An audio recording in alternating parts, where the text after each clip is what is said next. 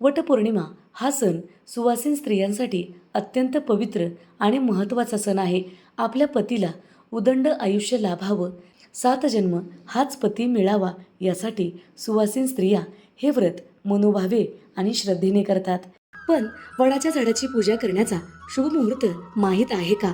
कारण चुकीच्या वेळी पूजा केल्याचा अशुभ प्रभाव तुमच्यावर पडू शकतो. सकाळी 7:30 ते 9:09 अशुभ काळ म्हणजे राहू काळ असणार आहे.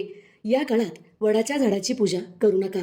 नंतरचा अशुभ मुहूर्त सकाळी 10:48 ते 12:47 यमघंटा असणार आहे. या काळात पूजा करणे अशुभ मानले जाते. तर मंडळी, आपण शुभ मुहूर्त जाणून घेऊया. पहाटे 5:52 ते सकाळी 7:31 आपण वडाच्या झाडाची पूजा करू शकता. त्यानंतरचा मुहूर्त सकाळी 9:09 ते सकाळी 10:48 आपण वडाच्या झाडाची पूजा करू शकता.